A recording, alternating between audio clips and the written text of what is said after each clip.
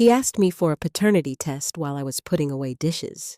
No warning, no emotion, just words sliding out of his mouth like steam from a kettle that's been quietly boiling, waiting to hiss. I remember the blue bowl in my hand, still wet from the rinse, the way the edge of it slipped slightly in my grip. I caught it before it fell. It made a sharp, awkward clunk against the counter. And still, he just stood there, not moving, like he hadn't just pulled a pin from a grenade and left it rolling between us. "I need to know for sure," he said. No raised voice, no trembling lip, just that same calm he uses when deciding what to watch on Netflix. In that moment, the air in the kitchen changed. He was standing next to the fridge like any other day, dressed in his work hoodie, unlaced sneakers, leaving faint dirt prints on the tile.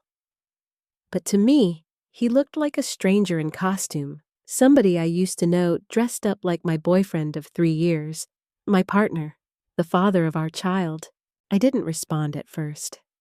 My mind was playing catch-up with my heart, which had already dropped through the floor.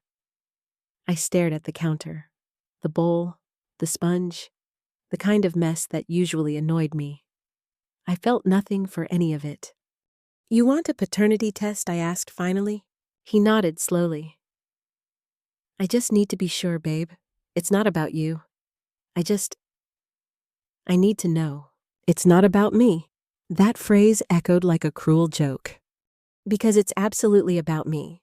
It's about whether or not the man I have loved, believes I'm capable of cheating on him, lying to him, deceiving him in the most fundamental way possible. It's about whether the last few months of sleep-deprived parenting, the tiny smiles, the 3 a.m. diaper, changes, the shared glances over baby wipes and pacifiers, all of it meant nothing to him. I wanted to scream, to laugh, to cry all at once. Instead, I just nodded. Okay, he repeated, almost surprised. I put the dish towel down. If that's what you need. He shifted, crossed his arms. "I'm not accusing you. I just want to be 100% sure for me, so we can move forward." Move forward. Like this was a detour. A quick detour on the way to a happy family. As if this wouldn't carve a canyon through the middle of our relationship. The silence that followed wasn't just quiet, it was loaded. Like every sound in the room had been vacuumed out, except for the subtle hum of the refrigerator. He looked relieved, and I just stood there trying to breathe through what felt like a chokehold of disbelief.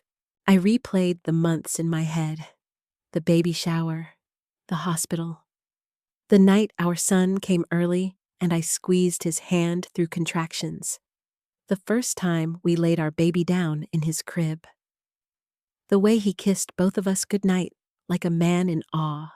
When did doubt creep in? And worse, why hadn't I noticed? I wanted to ask him that.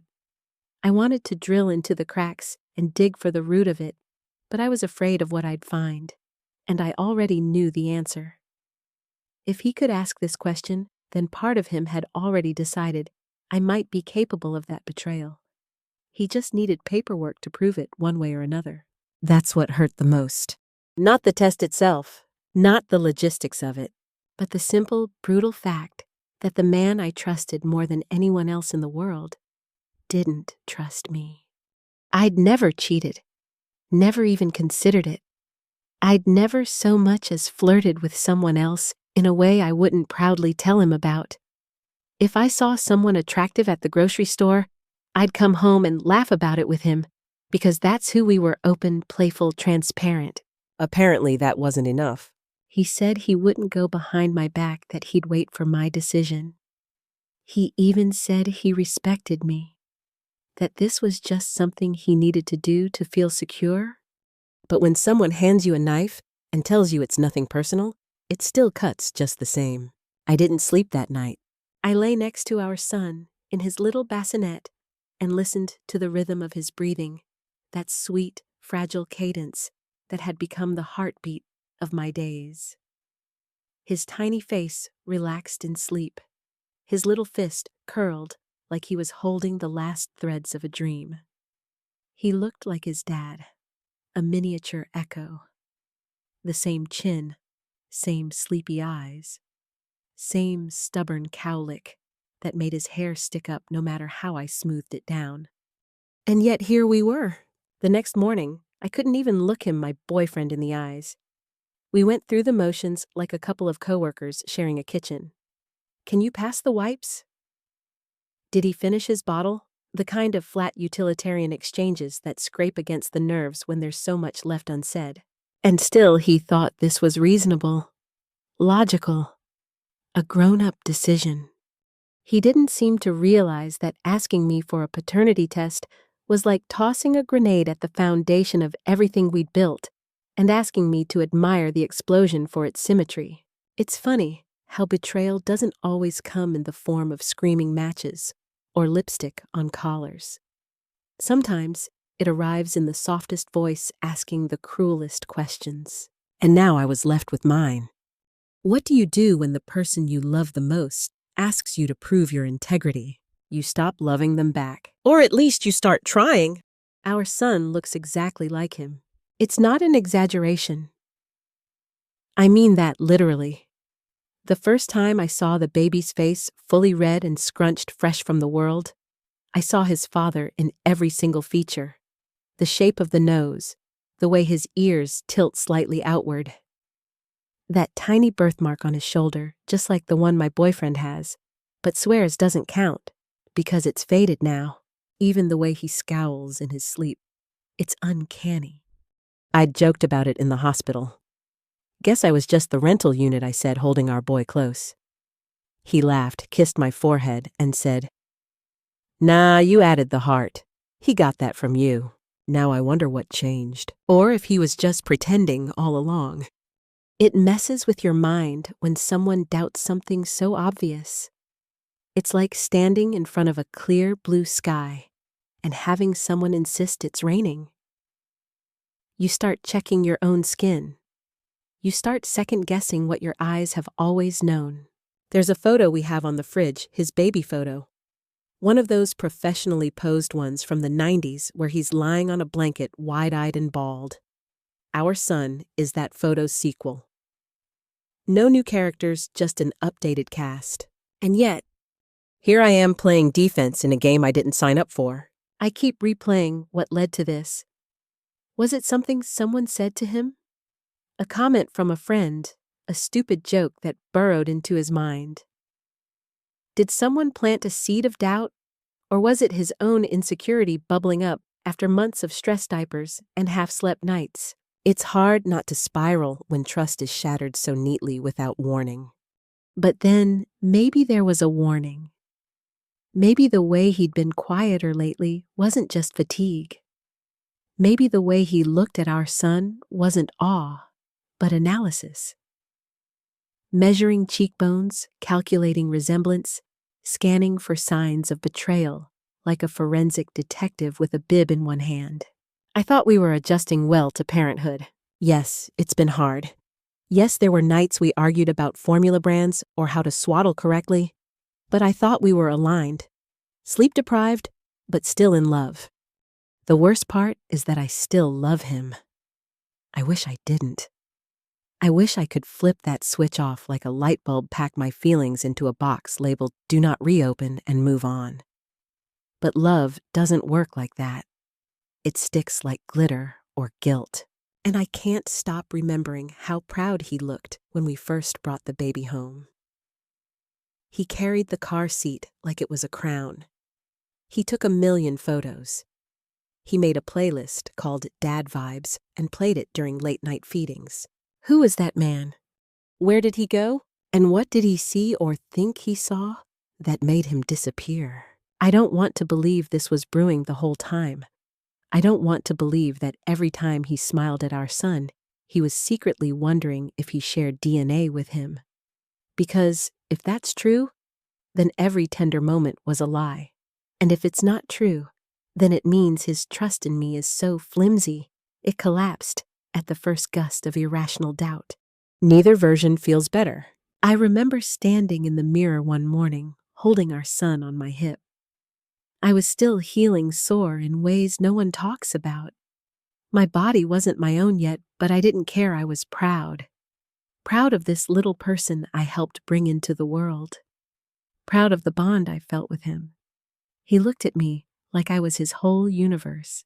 And now I'm being asked to prove that I'm not a liar. That this universe wasn't built on a con. You know the worst thing I've ever heard someone say about a mother? She used her kid like a pawn. It stuck with me. I don't know who said it, maybe some random in a documentary, but it lodged in my memory. And now that phrase circles my brain hissing. Is that what he thinks I'm doing? Does he really believe I'd fake paternity for what support security a stable Instagram family portrait? If so, he never knew me at all. And if that's true, I don't think I can forgive it. One of the baby's favorite things is to hold his dad's pinky. He does it every time he feeds.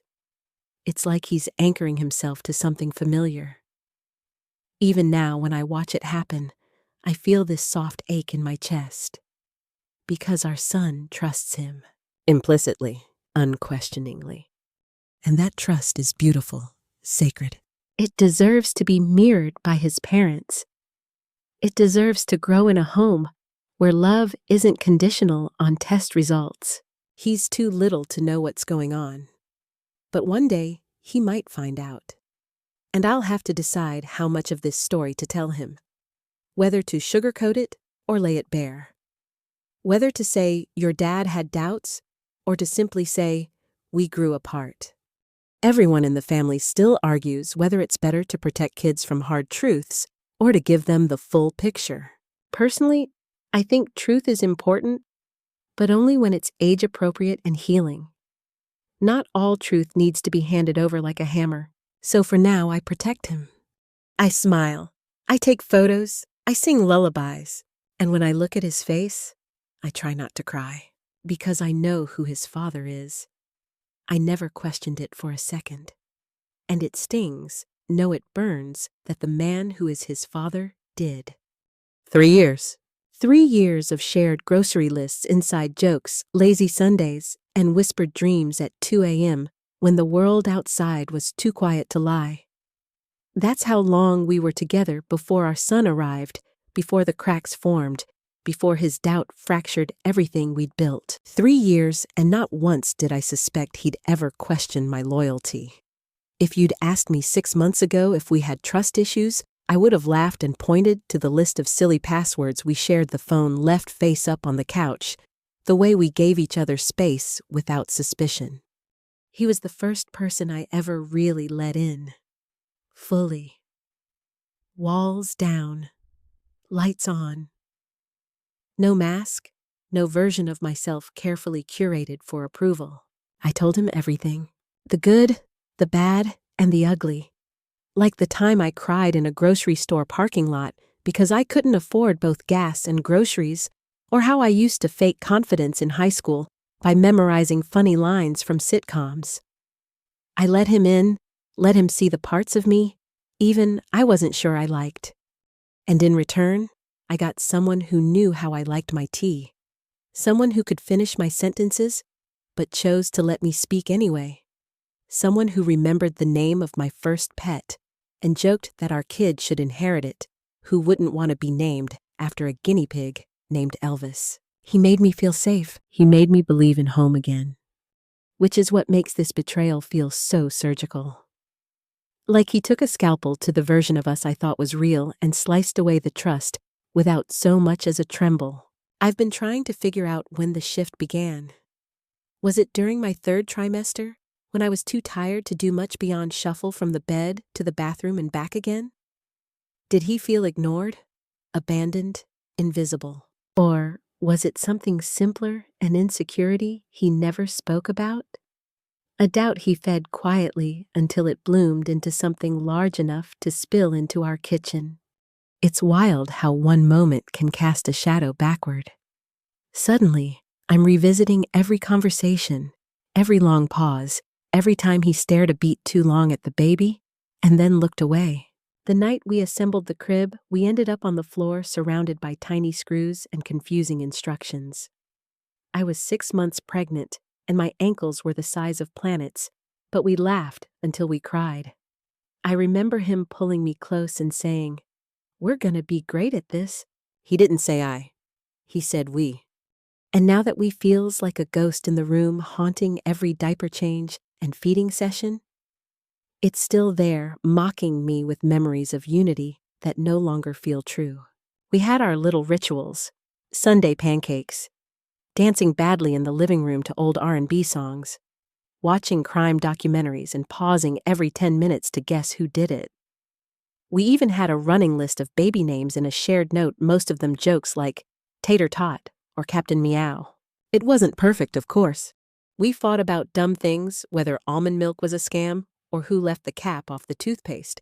But none of those fights ever felt like deal breakers. They were small waves, not storms, which is why this feels like drowning in a bathtub.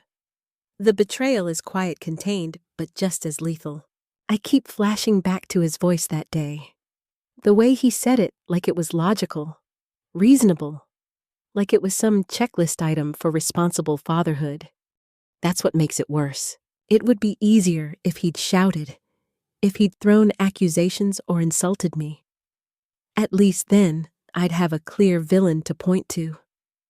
But instead, he wore the face of the man I loved and calmly questioned the most intimate truth of my life. It makes you question your sanity. Was I wrong about everything? Did I miss signs? Or is this what happens when love hits the real world? When romance gives way to diapers and doctor appointments and sleep deprivation? Do people just lose trust?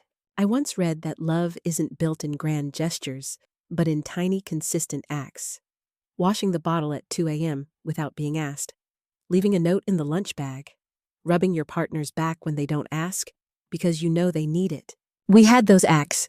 We had them every day. So how did we go from that to this? There's this photo on my phone taken when our baby was 2 weeks old.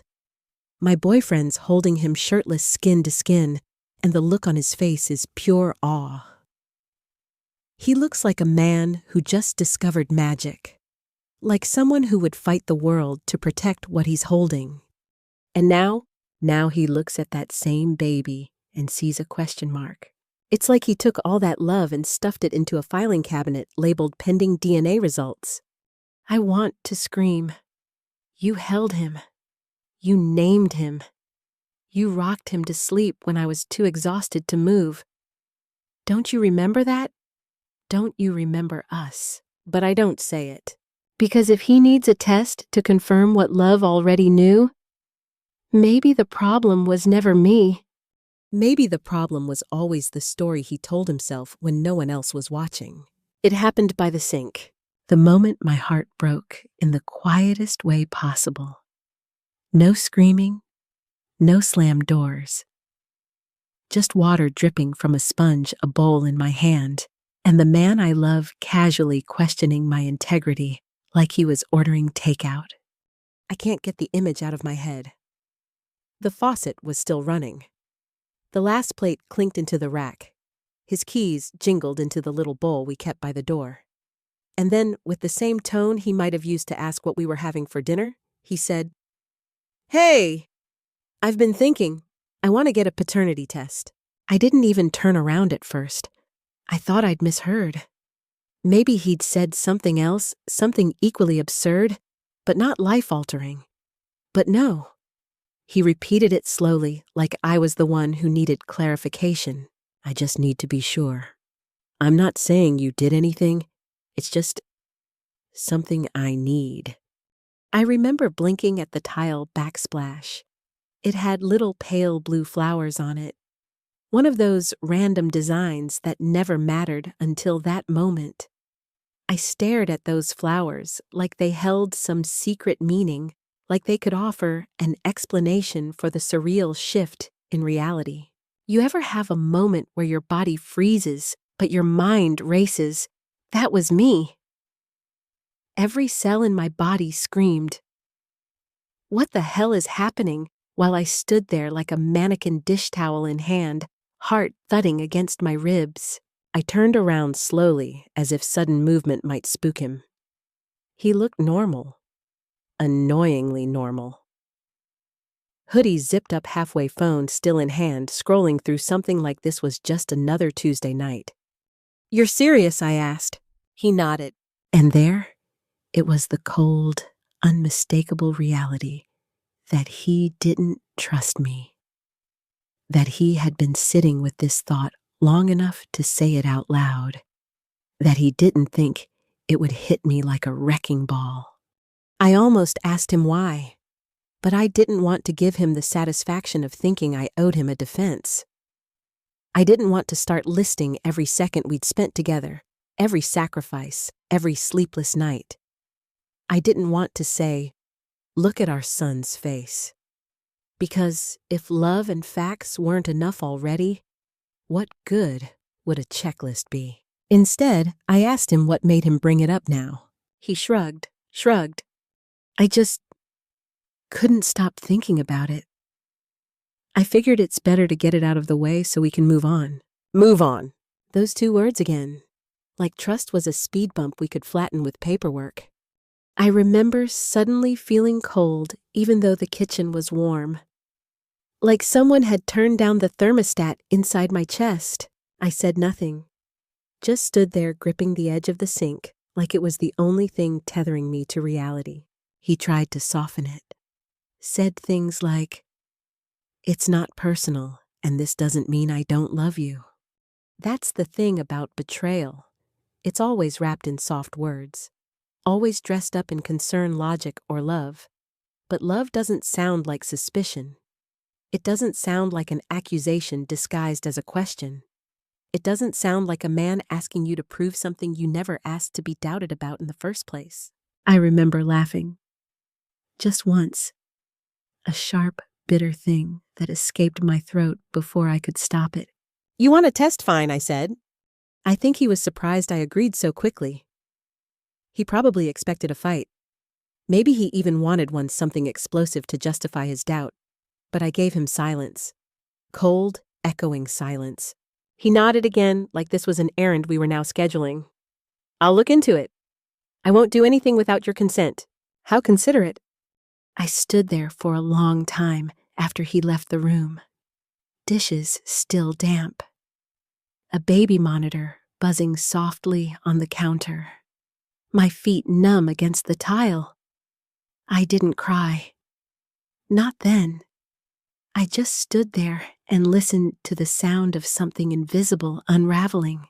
People talk about heartbreak like it's a single sharp moment. But that's not how it happened for me. Mine unfolded like a slow leak. The kitchen sink was just the start. Later that night, I went into our room. He was already asleep, or pretending to be. I watched the rise and fall of his back, and wondered what else he doubted.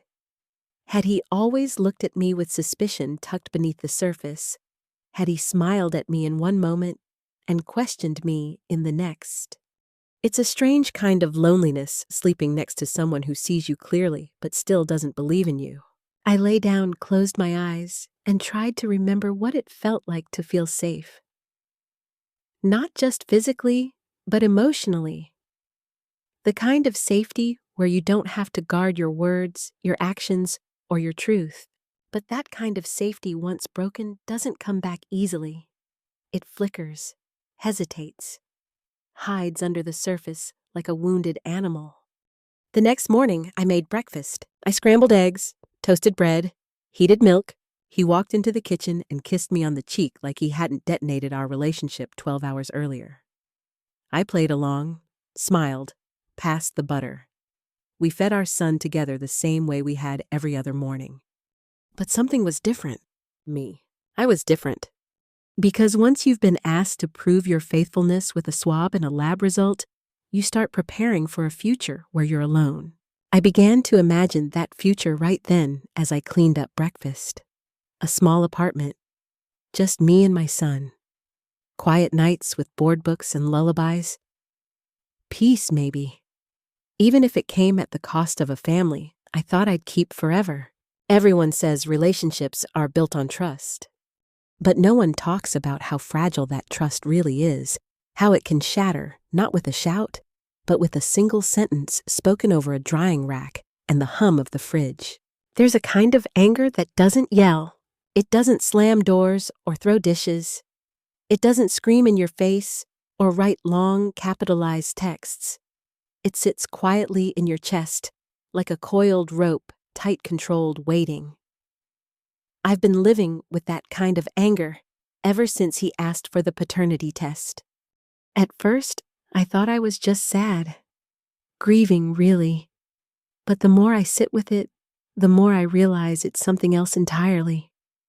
A low, steady flame fueled by loyalty. Because I was loyal. Fiercely. Unquestionably.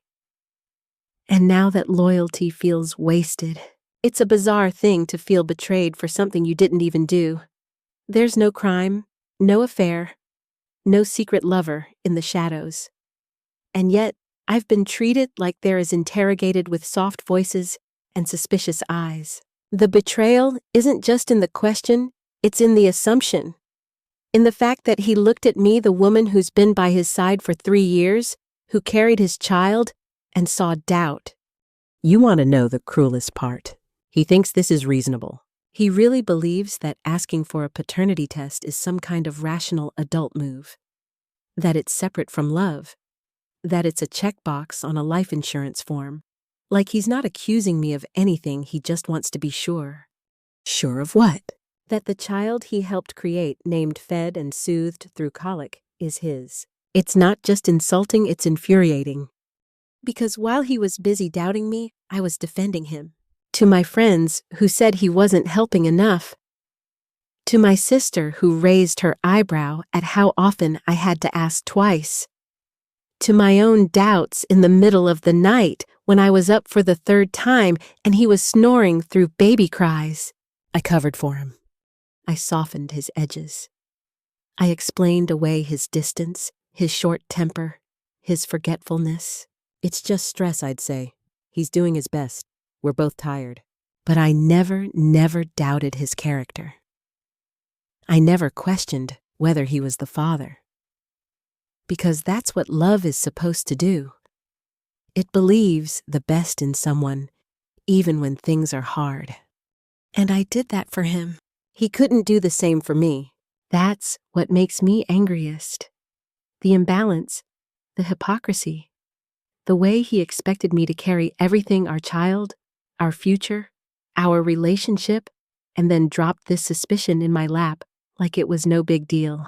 I've thought about confronting him, really confronting him, laying it all out, listing every moment I swallowed my pride for the sake of peace. Every time I let his minor failures slide because I believed he loved us, believed in us. But what's the point? He doesn't see it. He doesn't understand the weight of what he's done. Or worse, he does understand, and he just doesn't care.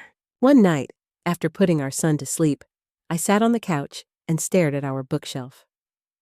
We don't have many books, just a few parenting guides, a couple of thrillers, and one old poetry collection we found at a garage sale. There's a line in one of those poems I've never forgotten. Some betrayals are polite. So polite you almost miss the knife. That line has been playing on repeat in my head. Because this betrayal wasn't loud. He didn't yell. He didn't storm out or throw accusations like confetti. He smiled. He said he loved me. He said it was just a precaution. And that's the worst kind of betrayal. The kind that wears a smile.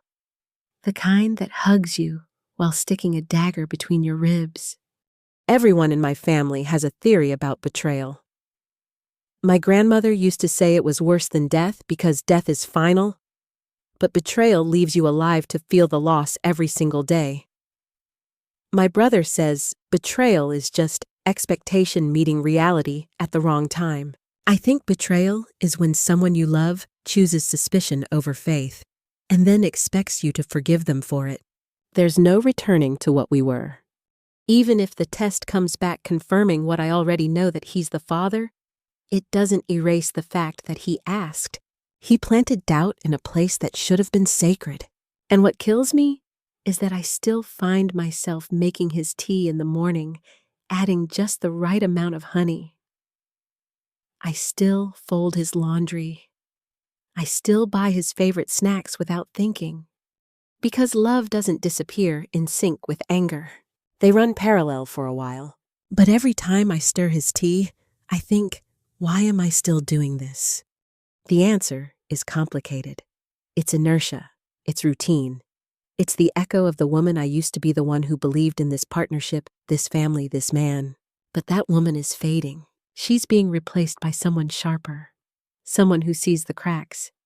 Someone who's making quiet lists in her head, lawyers to call, apartments to check, questions to ask. And beneath all of that is the slow-burning rage of someone who gave everything and got a swab in return. I still haven't told anyone. Not my mom, who would show up with a frying pan and righteous fury. Not my best friend, who would drag him on social media in all caps. Because this story right now belongs to me, and I need to hold it. Feel every corner of it. Memorize the shape of this heartbreak. Because one day, when I tell it, when I finally say out loud, he asked me to prove our son was his, I want to say it without flinching. I want to say it as a woman who walked through fire and kept her dignity intact. I said yes, not because I wanted to, not because I owed him anything. I said yes to the paternity test because I refused to live in a relationship where trust came second to fear, where love had to be proven with paperwork. I said yes because sometimes the cleanest way to leave is through the front door, not the back. I said yes, knowing full well I would also say goodbye. It wasn't a dramatic moment. There was no violin music, no movie scene fade out. It happened in the same kitchen where he asked me, over the same sink where I'd felt my soul quietly fracture. I've been thinking, I told him, drying my hands on the same towel we've shared 100 times. You can do the test. I'll cooperate. He looked relieved. Relieved. As if I'd just granted him a hall pass to sanity. He didn't ask how I felt about it. Didn't ask if I was okay. He just nodded, said, "Thank you," and started mumbling about appointments and timelines. It's wild how quickly a relationship shifts when you give someone what they want, but not in the way they expect. Because what he didn't see, what he couldn't possibly feel, was that my yes wasn't agreement. It was an end.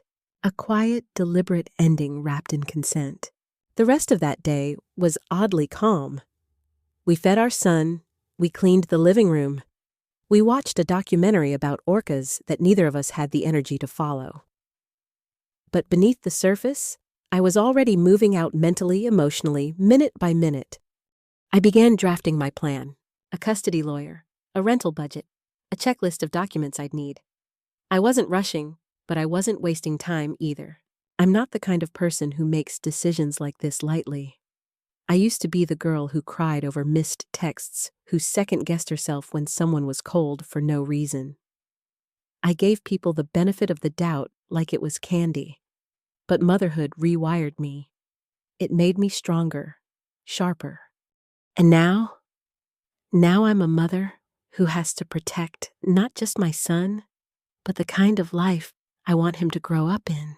A life where love doesn't come with asterisk marks and lab results. That night, after the baby was asleep, he came into the room holding a folded sheet of paper. It was a printout from the clinic, basic instructions about scheduling the paternity test, what to bring, how long results would take. He handed it to me like a business card. "I'll pay for it, of course," he said, scratching the back of his neck like he was embarrassed. I looked down at the paper. The clinic's logo was a little cartoon DNA helix with a smiley face. I wanted to laugh at the absurdity of it all. If this were a comedy, the test would come back saying the baby was mine, but not his. Cue laugh track. Instead, I folded the paper and set it on the table. "Just let me know when," I said. He hesitated for a moment. "This doesn't change how I feel about you." And there it was again, that awful, ridiculous lie people tell themselves when they hurt you. This doesn't change anything. As if actions exist in a vacuum. As if doubt can be surgically removed from a relationship and the scar won't show. It did change everything. Not because the truth would change, but because his belief in it had. I didn't say anything. I didn't need to. The silence did the work for me. We went to bed that night, back to back. No goodnight kiss. No murmured jokes about who'd wake up for the next diaper change. Just silence. My favorite silence used to be the one where both people are safe in their thoughts, peacefully connected by quiet. This silence felt like sleeping next to a locked door. The next morning, I emailed a lawyer. Just an inquiry. Just a beginning. But beginnings have power too. And as much as this test felt like a test of me, it really wasn't. It was a test of us. And he failed before it even began. Everyone has a different breaking point. For some, it's cheating.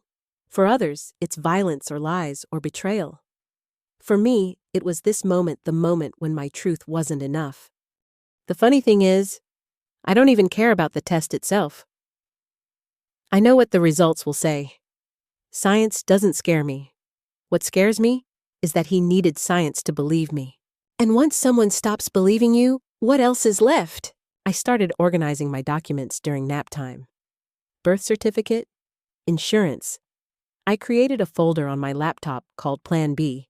Then I renamed it, not because I'm superstitious, but because I'm done being anyone's Plan B. Now it's called Reset. I also started looking at apartments. Quiet ones with good lighting and small balconies where I can sit in the morning sun with my son on my lap and not feel like I'm waiting to be questioned. I haven't told anyone yet. Not because I'm ashamed, but because this needs to be mine for a while longer. I want to feel it, fully mourn it properly before I invite other voices in. My family would rage. My friends would send him curse-laden texts. And while that rage would feel good in the moment, it won't help me build what comes next. So for now, I make bottles. I pack diaper bags. I smile when I need to. And I prepare. Because saying yes to that test wasn't surrender. It was strategy.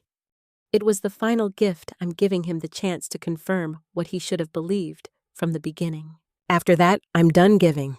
And I'm done waiting for someone to trust me when I've never given them a reason not to. There's a secret sitting in my chest, and it's heavier than anything I've ever carried. It's the knowledge that I'm leaving. That the moment those test results hit the inbox and prove what I already know, I'm gone. Not in a storm, not in a scream, but in the kind of silence that leaves echoes. And I haven't told a single soul. Not my mother, who would hop a flight bang on our door and yell, "Who raised you, boy, with that righteous fire only women born in the 70s can summon?" Not my best friend, who would cry before I did, and then plot elaborate, if slightly illegal, revenge. Not even my sister, who knows how to read me in half a text and would demand details before I even hit send. I've said nothing, because the first step to moving on is owning the story yourself before anyone else gets their hands on it. And I'm not ready to let this one go yet. When I look at my son, I see innocence. Not just in the baby sense, but in the purest sense. He doesn't know betrayal. He doesn't know doubt. He knows warmth arms that hold eyes that smile. He doesn't yet understand that sometimes love is messy and complicated, and doesn't always stay in one piece. And for as long as I can, I want to protect him from that. Which is why I won't explode this story in public. Not yet. We went to the clinic together. It was so uneventful. Clinical, no pun intended. We sat in the waiting room surrounded by laminated posters about genetic markers and childhood allergies. A nurse called us in. Swabs, signatures, a manila envelope. That was it. No fireworks, no dramatic music. Just bureaucracy. When we left, he said, "Thanks again for being understanding." And I nodded, smiled even. Because the truth is, pretending has become second nature. There's an eerie kind of freedom in it, like playing the lead role in a play you didn't audition for, but you're nailing the lines anyway. Inside, though, I was already somewhere else. There's a little place I found online, a one-bedroom on the edge of town, with big windows and a tiny patio. It's nothing fancy, but it's enough. Enough space for me and my son. Enough light to remind me that new beginnings don't have to be grand to be good. I haven't signed anything yet, but the link sits in my browser like a promise. Some nights when he's asleep on the couch, I click through the photos again. That weird lime green paint in the kitchen, the slightly slanted bookshelf in the corner, the too small washer tucked into a hallway closet. It's not perfect, but it doesn't have to be. It just has to be mine. Everyone in the world has their version of a sanctuary. Some people dream of beach houses. Others crave penthouses, cabins, co-working lofts with skylights. Right now, my dream is a rental with working locks and peace. That's what no one tells you about peace. It's expensive, but not always in dollars. Sometimes you pay for it with silence, with restraint, with the ache of biting your tongue when every part of you wants to shout. I want to shout. I want to stand on a rooftop and yell, I never cheated. I never lied. I gave him everything, and he asked me to prove it anyway. But instead, I whisper it to myself, into pillows, into mugs of tea that go cold before I finish them. Because this story is still mine, and I don't trust anyone else to hold it gently just yet. There was a moment last week I was rocking my son to sleep, and I felt it. That pure, unfiltered sorrow. It came out of nowhere, like fog in a field. One minute, I was humming softly. The next, I had tears slipping down my cheeks, landing in his hair. I didn't make a sound, just cried silently while holding the best part of my life in my arms. That's the part no one sees. They see the mom in the grocery store juggling formula and coupons. They see the woman who posts cute baby photos and still shows up to birthday parties. But they don't see the weight I carry in between. The fact that while he's calculating DNA percentages, I'm calculating how to protect a future I never imagined facing alone. Sometimes I imagine telling him, sitting him down and saying I'm leaving. Not because of the test, but because of what asking for it meant. But every time I picture it, it doesn't feel right. Not yet. So I keep it in. I tell white lies. I nod in conversations. I agree to plans I won't be around to keep. And still I cook dinner. Still, I lay his hoodie neatly over the chair. Still, I keep the rhythm going like a background track in a movie everyone thinks is still romantic. It's not. It's a requiem. A slow, beautiful ending. And when I do finally leave, I'll take nothing that isn't mine. No vengeance, no drama. Just me, my son, and the knowledge that I never once stepped out of line. He won't see it coming. But he should. Because when you ask someone to prove their truth, you'd better be prepared to lose them in the process. Real love shouldn't need proof. It shouldn't require affidavits or sterile clinics or cotton swabs pressed against a baby's cheek. It shouldn't be conditional on a lab result. Love should believe first and ask later if ever. But apparently, in our story, love came with a disclaimer. The night after the clinic visit, I sat by the window long after everyone else had gone to bed. The baby monitor hummed softly beside me. My phone buzzed occasionally messages from people who didn't know my world had shifted. I didn't respond. I just stared out at the street, at the stillness. I kept thinking, when did trust become optional? I used to believe that love and trust were two sides of the same coin. Now I know they're not. You can love someone deeply and still not trust them. And you can trust someone completely and not love them anymore. I never thought I'd be living that second part. In our earliest days, before we even said, I love you, trust was the soil everything else grew from. I remember the first time he left his phone face up on the bed while he showered. I didn't even think to look through it. That's what it felt like back then, mutual safety. Two people living without fear of being hunted by each other's doubts. And now, Now I'm waiting for test results, like I'm on trial for a crime I didn't commit.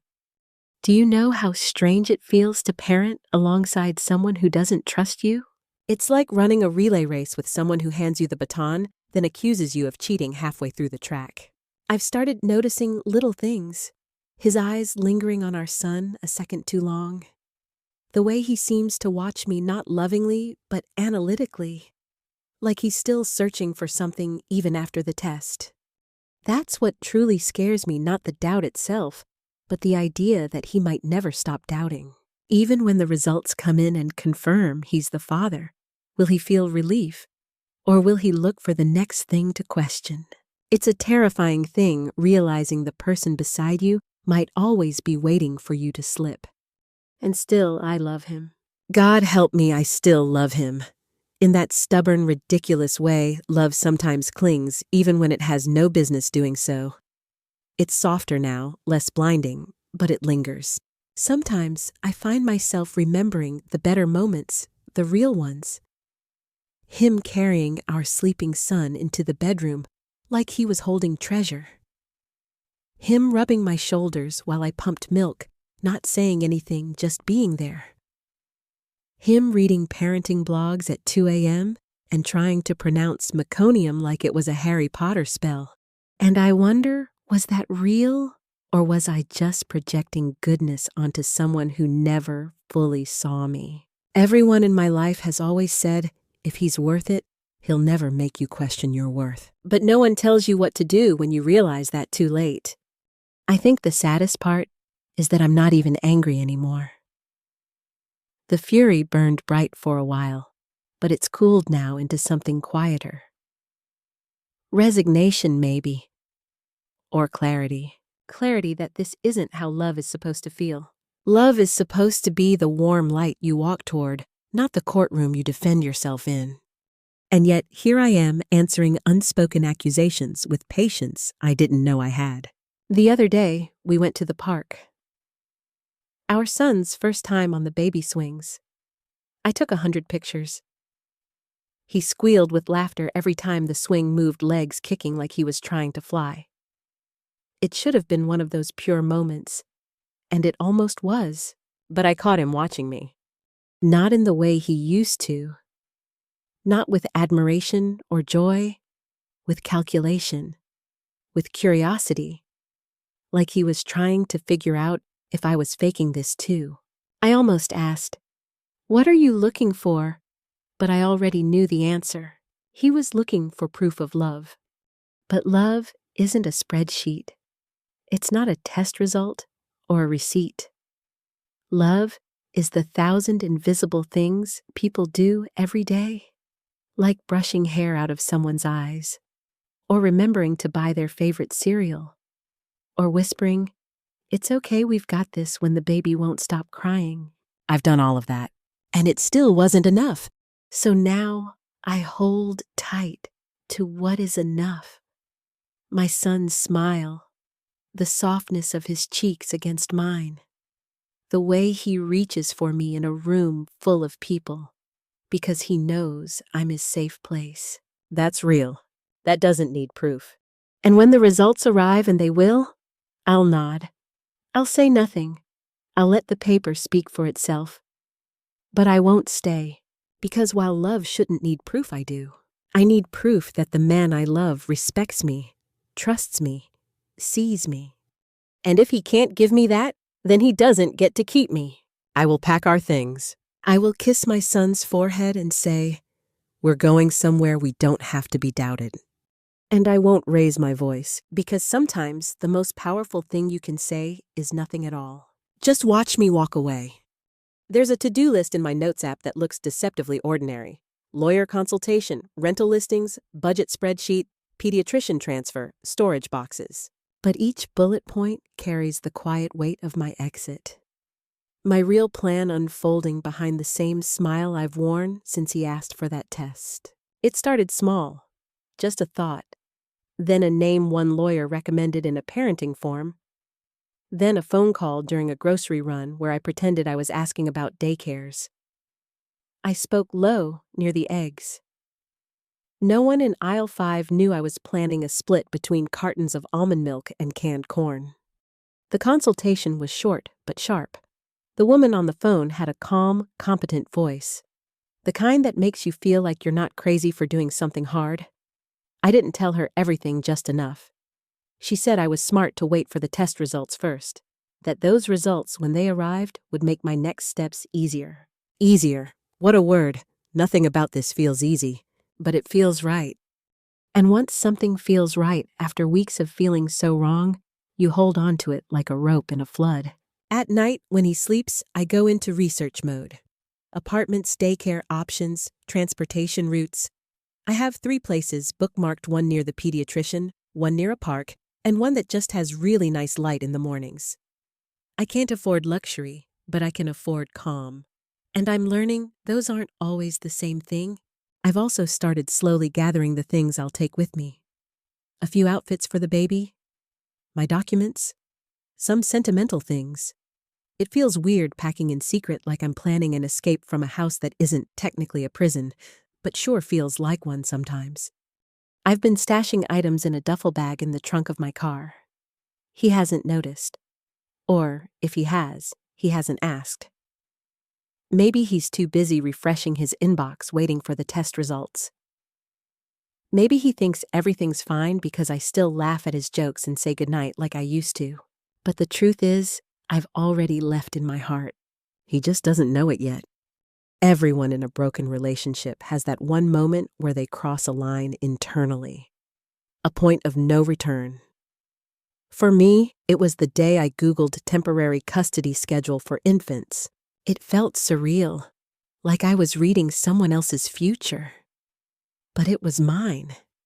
And once I saw it in writing visitation rights, rotating holidays, shared legal decisions, it became real, tangible, manageable. We won't be enemies.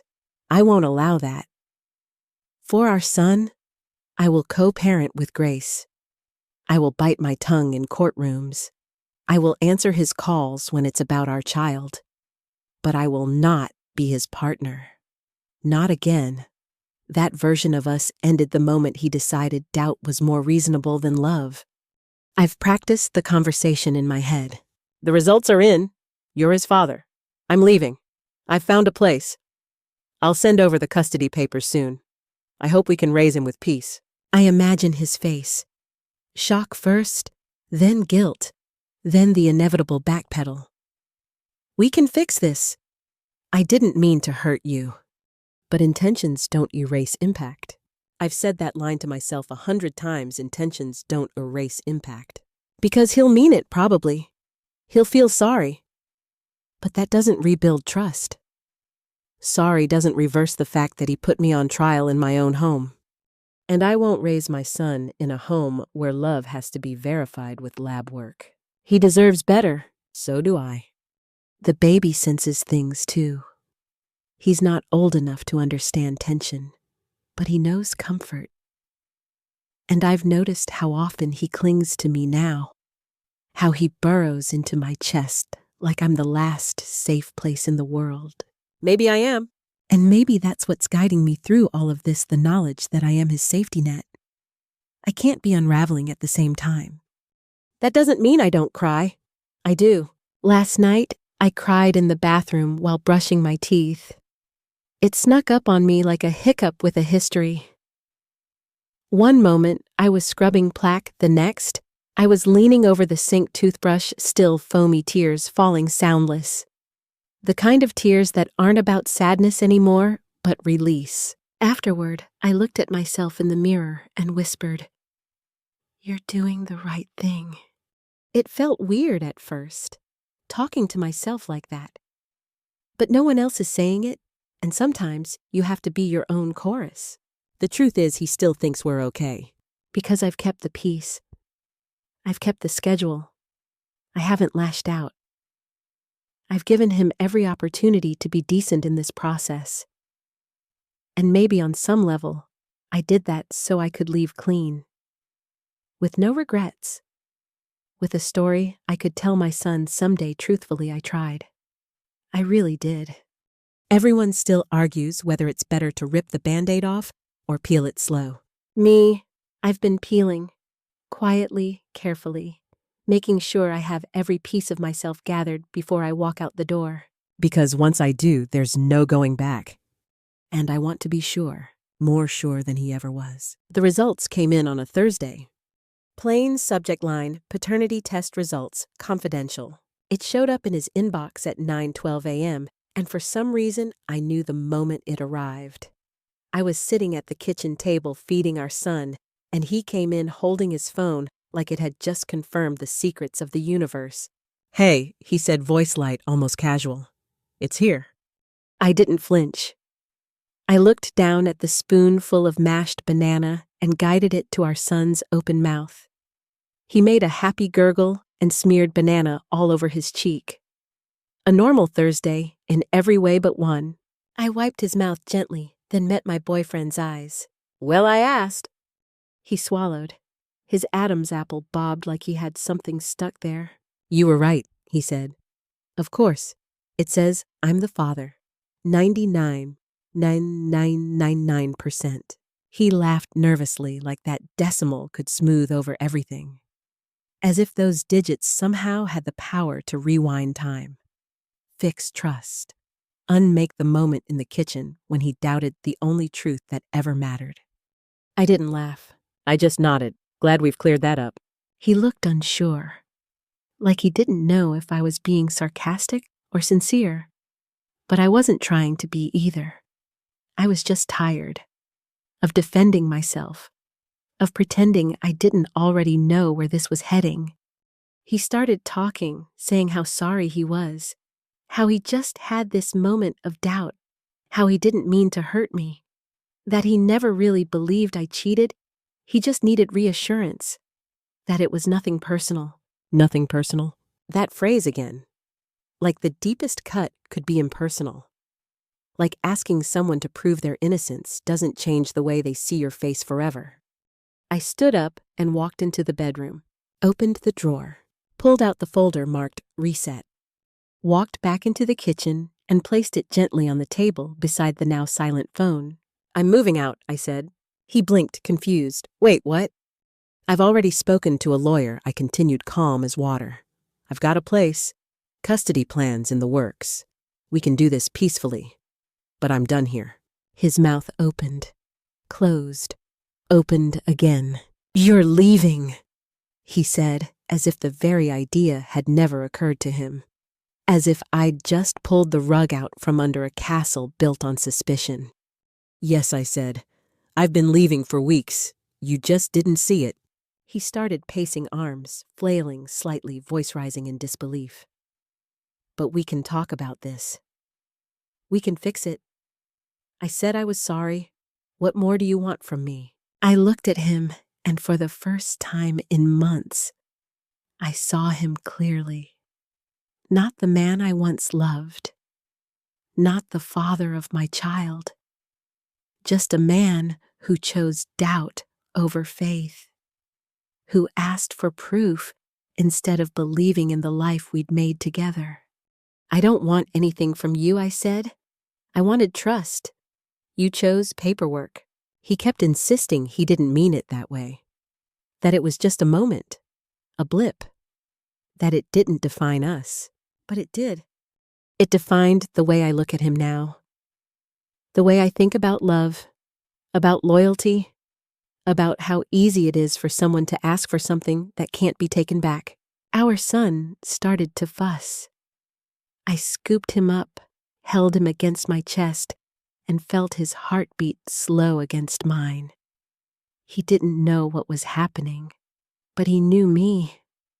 Knew my smell, my warmth. Knew that I was the one who would never ask him to prove anything. And in that moment, I realized something I hadn't been able to admit until now. I wasn't sad anymore. I was ready. The peace didn't come like a wave. It came like a deep breath. Like an exhale I'd been holding since that first day in the kitchen. He followed me to the door. "You're seriously just walking out?" I looked at him. Really looked. "No," I said. I walked out the moment you handed me doubt in place of love. Today, I'm just taking my things. He didn't have a response. I got into the car with my son and drove away. No dramatic music, no tears on my cheeks, just quiet, just clarity. Everyone has a moment where they reclaim themselves. That was mine. The rental was small, just as I remembered in the photos, but the light poured in golden and honest. I set the baby down in his new space and watched him crawl toward the sunlight like it was something he'd been looking for all along. And me, I stood there barefoot in a room that wasn't yet furnished, holding the kind of peace that doesn't come from forgiveness, but from knowing you did the right thing when it mattered most. The results were in. But the real result, That was me. Still standing, still whole, still true. I didn't slam the door. There was no shouting, no final insult, no last-second plea. Just the gentle click of it closing behind me. And that was enough. Because some exits don't need fanfare, they only need to be final. I packed what mattered. A few clothes, diapers, the soft giraffe plush my son loves more than sleep. A photo frame with nothing in it yet but space, waiting to be filled with new memories. Everything else, plates, bed sheets, the half-used candle that always gave me headaches, I left behind. He watched me load the car, arms crossed, leaning against the porch like he didn't know whether to be angry or apologetic. I didn't help him decide. I wasn't there to make him feel better about the choices he made. It was a warm afternoon, the kind of weather that makes you feel like things might actually be okay. There was a breeze, birds chirping obnoxiously cheerful.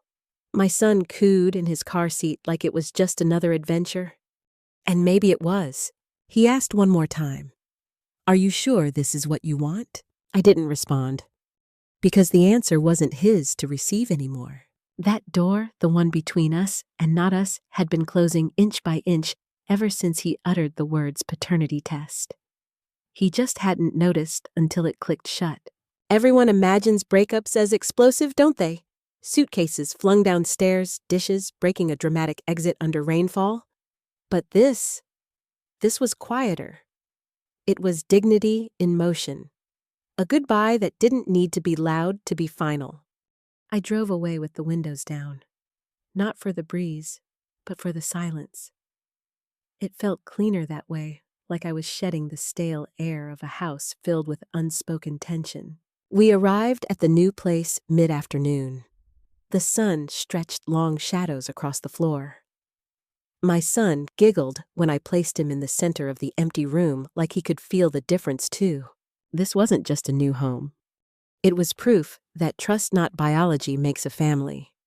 That respect not results builds something lasting. That night, I sat on the floor with a sandwich and my sleeping son beside me. I didn't cry. I didn't celebrate. I just existed. Fully. For the first time in weeks, maybe months, I listened to the soft sounds of a space that didn't ask me to justify my existence. And I realized leaving wasn't the hardest part. Staying after being doubted, after being tested, would have been harder. That would have been the true betrayal, not of him, but of myself. He texts sometimes now. Short messages, neutral tones. How's the baby? Let me know if you need anything. He's trying. I give him that. But the messages feel like pebbles thrown at a house that no longer stands. We're working through the custody plan. He'll see our son. I'll make sure of it, because my son deserves both of us. But he'll also grow up knowing that his mother didn't tolerate mistrust disguised as love. That she stood for herself when it mattered. Everyone still argues whether it's better to keep the family together for the child or to separate and co-parent in peace. I say togetherness isn't a virtue if it's built on doubt. One day my son may ask why we don't live with his dad, and I'll tell him the truth gently, age-appropriately, but honestly. I'll say, because love has to believe you even when you're quiet, And your dad didn't believe me when it mattered. He'll understand. Maybe not right away, but one day. And he'll know what trust is supposed to look like. He'll know that you don't ask someone you love to prove what they've never hidden. I don't know what the future holds. Maybe I'll fall in love again. Maybe I won't. But I do know this. I will never again explain my truth to someone who should have cherished it from the start. I'll love my son with the kind of unconditional certainty I was denied. I'll build a life for us brick by honest brick. I'll laugh louder, Sleep deeper. Heal fully. and one day I'll frame that blank photo. Not with a picture of the past, but of the moment we began again. Not because someone believed us, but because we finally believed in ourselves enough to leave. So no, I didn't slam the door. But it closed. And that's what mattered most.